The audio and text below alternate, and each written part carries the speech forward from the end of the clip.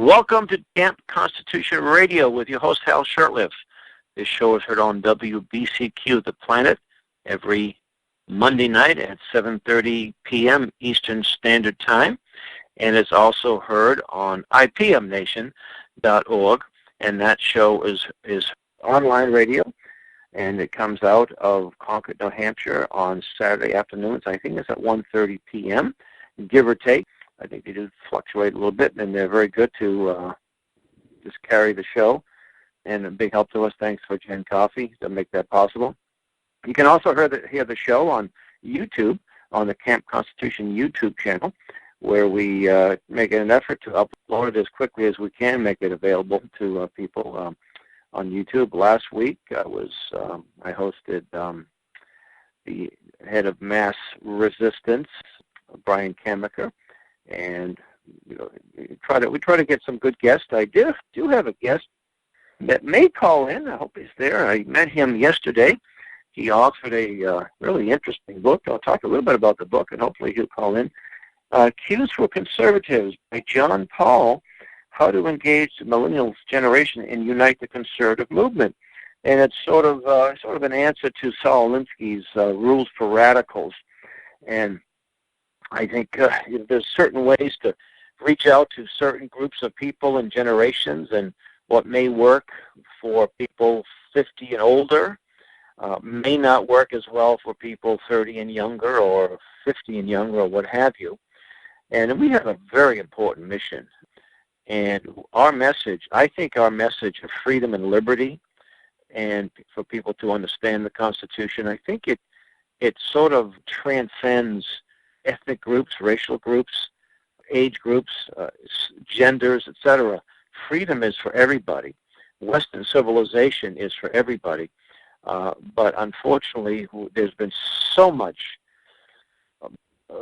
some billions of dollars have been spent in the disinformation campaigns to trash our history, to trash Western civilization. I mean, all the universities, especially the state colleges, just spend enormous amounts of efforts to destroy the love of country and patriotism and of course, Judeo-Christian or Christian values. That's something they spend. In fact, Duke Pesta, who spoke, he was a homeschool show up in Maine back in April. He gave a presentation on advice to parents when it comes to children going off to a state college. And the first thing he said is, do what you can to dissuade your child from attending a state university, because once they reach adulthood, they have a little more. They might be able to say, "Sure, Dad, you can advise them, but you don't have the final word anymore." And then the second thing he said is that do your best to keep them out of the dormitories. He said, and the less time they spend on campus, the better. So if they can do some classes online, which a lot of classes can be done online. He said try to do that. At the very least, give them a car, offer them to buy them a car or pay for their insurance on a car so they don't have to live on campus. But he said that, now he was a professor, he is a professor at the University of Wisconsin in Oshkosh, and he said that the professors take particular joy in destroying, corrupting the morals of young Christians. And unfortunately, he said that many Christians buy into the socialism within a short time. They don't have the foundation they haven't been inoculated enough. And I like to think that young people at Camp Constitution get that inoculation, and many of our campers are, I'd say a little more than half are homeschooled or private schooled, Christian schooled, parochial schools, what have you. But there's still a good percentage that are in public schools, and the enemies of our country work overtime to destroy and corrupt the morals of our children. And we have had a report of a camper, Dominic Gerard, who's written on our camp blog. He is back in a public school in Manchester, New Hampshire, but he has been inoculated pretty well thanks to how he was raised and some of the good information he got from Camp Constitution. He actually got one of the DVDs that we make available to the campers, and we've shown it at camp. It's called Overview of America.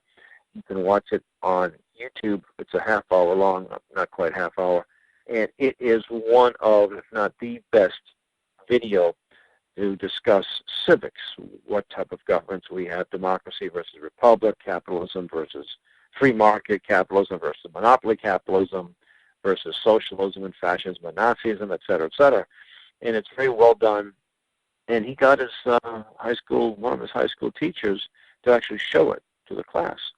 So it's our job not only to prepare these young people, but help them share information with people and let them become leaders. My daughter, one of my daughters is off in college, and she's in this class. She's enjoying the class, and they talk about communism and capitalism came up, and I gave her a copy of Frederick Bastiat's The Law, and I said, make sure the professor gets a copy of this. I bet he'll find it interesting, and it's a book he probably never heard of. Frederick Bastiat was a French statesman in the mid-1800s. Didn't really live a long life, but he was quite a champion of liberty, and his book called The Law is still in print. Foundation for Economic Education has translated years ago, and it's in I don't know how many printings, and it's like 80 pages.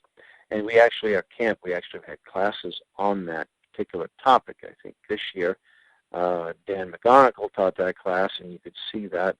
No, I think we had trouble uploading it all.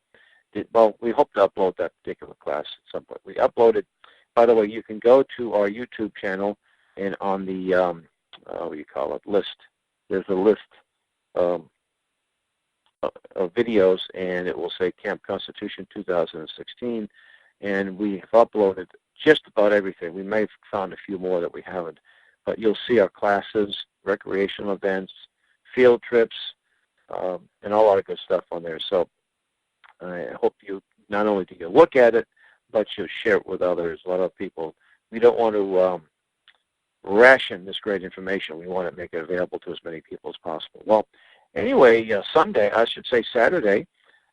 just a few days ago, we celebrated Constitution Day, the 229th anniversary of when these wise men got together in Philadelphia after several months of debate and ironing out something. They came out with, in my opinion, and the opinion of many others, the greatest document struck by the human mind to govern men.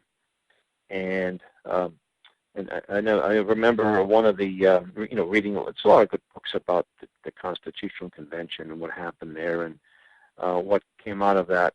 And there was a story of Benjamin Franklin. They had a stalemate, and after several weeks they thought, gee, all this work and we're not getting anywhere. And Benjamin Franklin, who was known to be a deist, and a deist is somebody who believes there's a God, that sort of God set things up and kind of took a walk.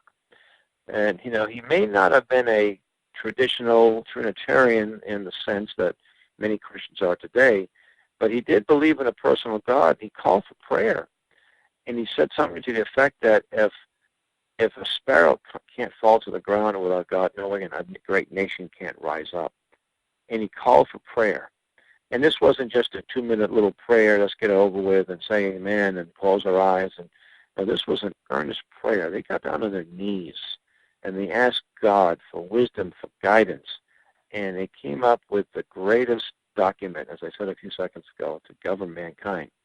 And because it took a few months before it was, some time before it was ratified. New Hampshire was the state, I think, was the 9th state that made it the law of the land.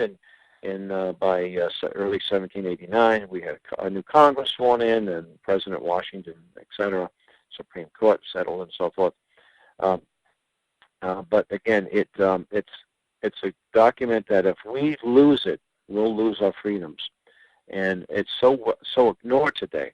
Now, Saturday, a few days ago, Camp Constitution was very busy. We had 2 information tables at 2 events at the same time. Might be the first time we've done that. I don't know. And we had some great volunteers to help out.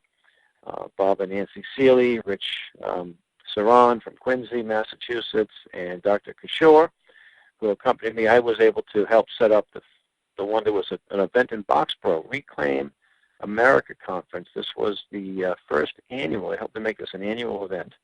And the late John O'Mara, who was a really good friend of Camp Constitution, was the one that initiated this event. He passed away just a week before the event took place. There were several hundred people there. Talk show host, AM talk show host in Boston, WRKO, Jeff Kuhner, emceed the program. There was a couple of state elected officials who were good guys, people running for office, a lot of notable people, some Holly Robichaud, I think her name is, from the Boston Herald. And we were really busy. We were very well received. A lot of people we knew, some people we didn't. We got a whole group of new people interested, and that's where I met John Paul, who I did ask for him to come on. I guess it was kind of short notice, so hopefully have him come on again. And I recommend his book. He actually gave me this book, Cues for Conservatives, and How to Engage the Millennial Generation and Unite the Conservative Movement, introducing the bold new GOP, and he calls it the Grand Opportunity Party.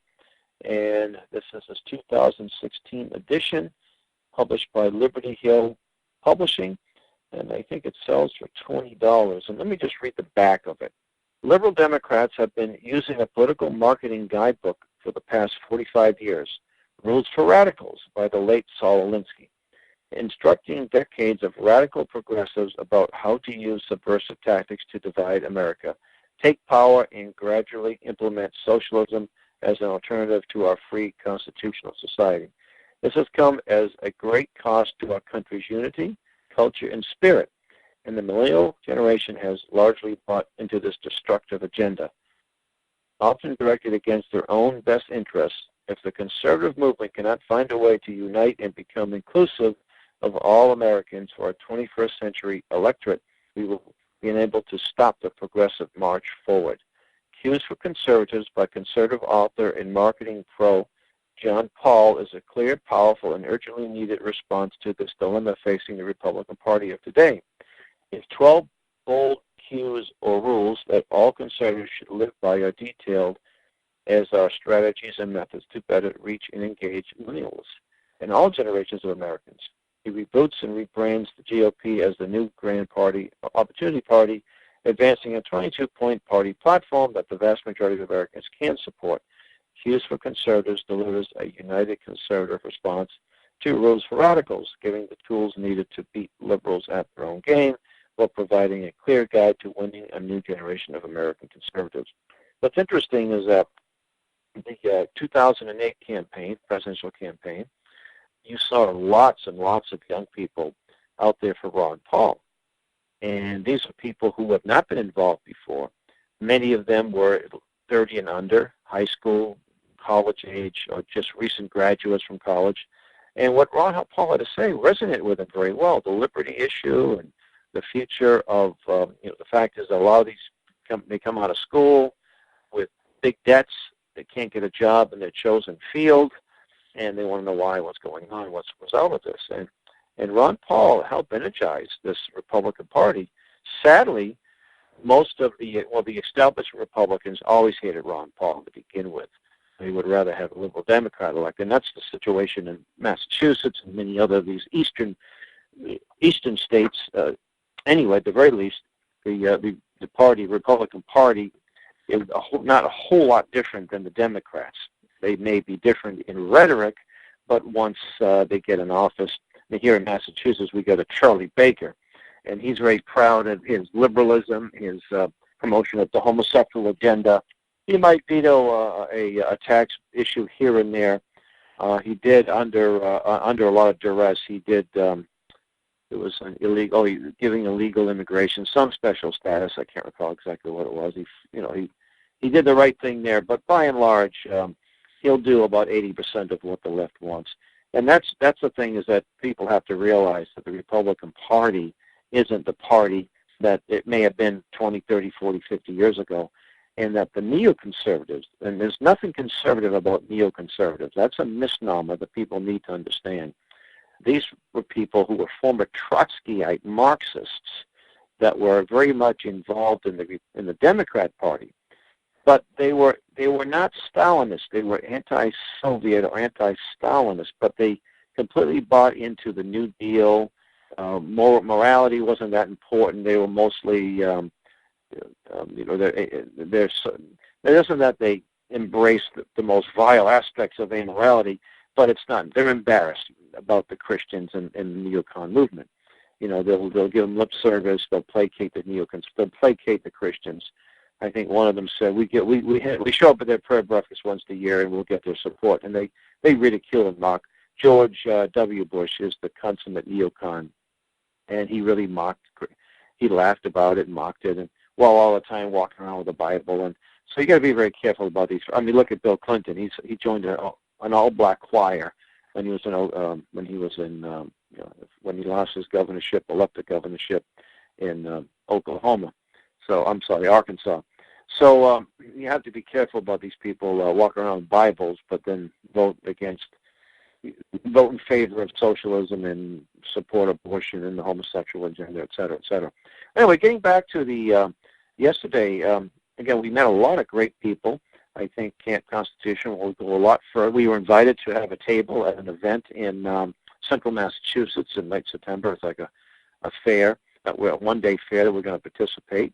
We plan to participate.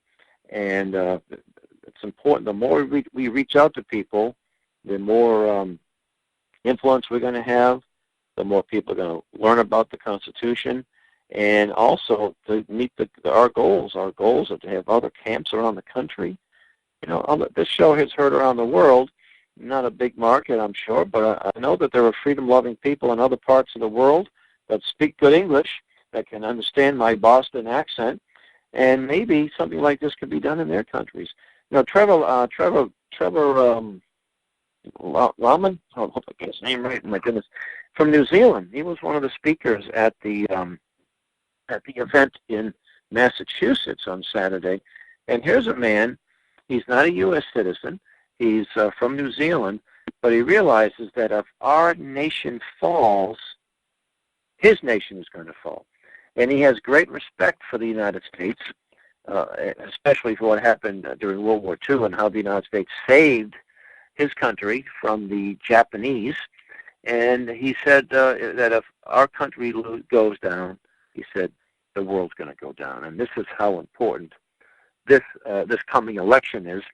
Of course, I'm of the opinion that I would love to think that getting the right person into the White House will save our nation. It doesn't work that way, unfortunately. However, I think there is the concept of lesser of two evils, and we do have to vote for somebody. Somebody's going to become the next president. And I certainly respect people who have their, principled people who say, look, I can't support somebody that I don't think is the right person for the job. But unfortunately, the four major candidates out there, the two major, Hillary Clinton and Donald Trump, those are the two that one or the other will win. Gary Johnson, the libertarian, who, by the way, I do have some respect for libertarians. I know that they're in the libertarian movement. There's a variety of different viewpoints. And unfortunately, I think the anarchistic, morally anarchistic libertarians sort of are more prominent than the Ron Paul libertarians today. I had a friend who was a libertarian elected official in Vermont, and at the time he was since deceased, he was the highest ranking elected libertarian, and he was a very devout Christian. Unfortunately, you don't find a lot of people of the strong Christian values in the Libertarian Party. They tend to be on-Randian atheists. And I seem to think that Christianity is a bigger threat than socialism, and probably would rather bash conservative Christians than they would go after socialists and globalists, etc. And they also have this concept of open borders, and they support this free trade agenda. They think you put the word free trade, it must mean freedom and liberty, but actually the free trade concept has been, in other words, the term that's been hijacked by the internationalists and by the left.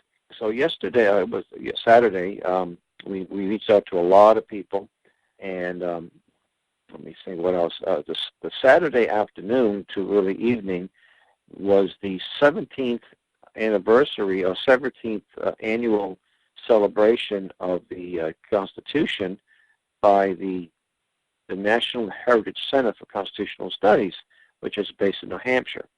And I've been participating with this group for 17 years at their annual events. I haven't been to all of them, but I've been to most of them. The first one, I missed a few here and there, but for the most part, I've been to all of their events. And I was asked by Diane Gilbert if I would be more involved with their group, and I was very honored. I'd say absolutely. And I was one of the speakers at this event too, along with several others, and my topic was threats to the Constitution. Well, of course, I think I was given about 25 minutes to speak, which was very happy to get that much time, and I did do a good job talking about the camp and what the camp and some of the things that campers and the staff are doing and the outreach we've involved in to help expose some of the threats to the Constitution. And we were very well received, so I'm very happy and honored to be part of that, and it will help. And I told Diane Gilbert in the audience there that we'll be working a lot closer with the Center for Constitutional Studies. And Diane Gilbert was an instructor a few years ago, and we offered them to help co-sponsor Dr. Duke Pesta, who will be speaking actually at Toanipia, where we hold our annual camp, on October 30th, the last Sunday of the year, and it will be at 3 o'clock. His topic will be Crisis in American Education, talking about the Common Core. So I know some of you might be in listener area. You might be living in not too far, but it'll be at the Toanipia Retreat Center, Christian Retreat Center in Ringe, New Hampshire. And again, that will take place Sunday, October 30th at 3 p.m. And we'll have free admission, but we will pass the hat. We do have some expenses, not a whole lot, and we hope you can participate. So yeah, when I spoke at this event, my topic was threats to the Constitution, and I focused on a few of them. One of them was, of course, Article 5 Convention, and I mentioned that New Hampshire has a live call, one call, and that we need help to repeal it, and that the other side, who supports an Article 5, has outspent us probably about $1,000 to $1. But for some reason, we've been able to defeat any new calls, and in the meanwhile, building up momentum and support for support against a new one. And we actually have plans to bring in a constitutionalist by the name of Robert Brown, who did this phenomenal series, The Constitution is the Solution. He lives in the, I think it's Nebraska, Idaho, somewhere on there, one of those western states, but we hope to bring him in, sponsor him into New Hampshire, and invite state legislators. We're going to host a lunch. We're going to feed these people, so they'll come out. Maybe some of them will come out and actually listen to us.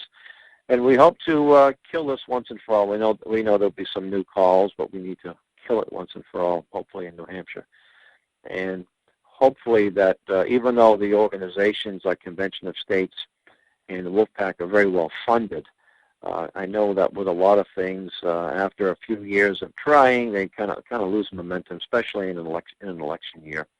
A new president depends on that new president. Maybe if a Republican gets elected, maybe people would be less inclined to call for an Article 5. But we have to do what we can to influence and defeat this. I also mentioned Agenda 21, and Agenda 21 is something that has, of course, affected our whole world. And most of the audience was from New Hampshire in this group, so I mentioned some of the successes that we've had exposing Agenda 21 and also shooting down or defeating some of the Agenda 21 programs in the state. And I mentioned that several years ago, I happened to meet a gentleman by the name of Tim Carter, who was a Tea Party leader in the Lakes region of New Hampshire, and he wrote a wonderful little essay, and he actually handed it to me. It was a little, like a 2 or 3 page printout, the Granite State Future, the Real Facts, and I asked if I could reprint this, and we reprinted, I say we, under the guy at Camp Constitution Press, and we put in a little booklet format, and we had volunteers, hand deliver these booklets to state selectmen in towns all over New Hampshire, towns and cities, city council members, and we probably distributed these to about 80% of the state, 80% of the towns and cities. Even some of these small towns, some of these town halls are as big as an outhouse, which is nice because there's not much government there. And after we either hand delivered them or put them in their inboxes. Town manager got a copy, mayors, and so forth. So after this, we emailed them with a copy of the pamphlet in a PDF format. So when they try to say, "Oh, we've never heard of Agenda 21," well, then they're lying because they were notified of this, so they can't do that once you expose it. And there's been other success in different parts of the state, and it's actually heating back up. There's a couple of towns not too far from the camp, actually, Towanippi, where they plan to have these so-called charrettes or visionary sections, or they call them something else now. We actually plan to be on hand to a few of these to help bring some understanding to the good folks who are being sucked into this. So how much time we have left here on this half-hour show? We got 4 minutes left, so this half hour goes by pretty quickly. I don't know if I mentioned this in the last show, but the Sam Blumenfeld Archives, which is available on the website, campconstitution.net, received about over 187,000 views in the month of August. So for June and July, we were getting, I think, combined about 135,000, and then the 1 month. So that's a lot of people. Now, granted, it doesn't mean that 187,000 individual separate people are going to the site, but it means that we're getting views. So if someone goes on to the website, they may look at 4 or 5 different things, and those are 4 views. So they might look at a video, they may look at an audio, they may download alphaphonics, what have you. So, but still, lots of those people are looking at our site. And it looks like we're getting hits from all over the world, not just in the United States. Now, primarily in the United States, but we're getting hits in South Korea and Japan, and I think even some in the Middle East, South Africa, Europe, all over the place. And it's very exciting because, when my dear late friend Sam Blumenfeld was on his deathbed, I promised him that his work will continue and influence many generations to come. And those weren't shallow words. I meant that. And the people at Camp Constitution is determined to make his legacy live on for generations to come. And it only makes it possible since we exist, and we exist because good people help support our camp program, support our other activities. Initially it was just a 1-week camp, but we wanted to do more as the need arose. We needed to publish them. We actually were looking to find certain handouts that were no longer in print, and we said, well, we'll print them ourselves, Camp Constitution Press. And then we had a chance to publish a few books, and a few books that were public domain have been in print for years, and we put them in print, and just great, exciting things we're doing. The radio show, we hope to extend this show with the necessary funds that we'll be able to get this show on maybe other markets, and maybe even find a better host than me. I'm sure there's a lot of people out there with a better voice, and maybe even in Spanish or other language. The sky's the limit.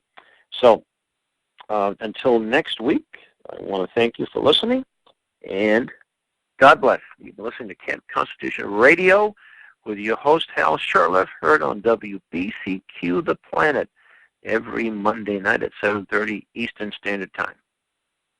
And to learn more about Camp Constitution, please visit our website, www.campconstitution.net.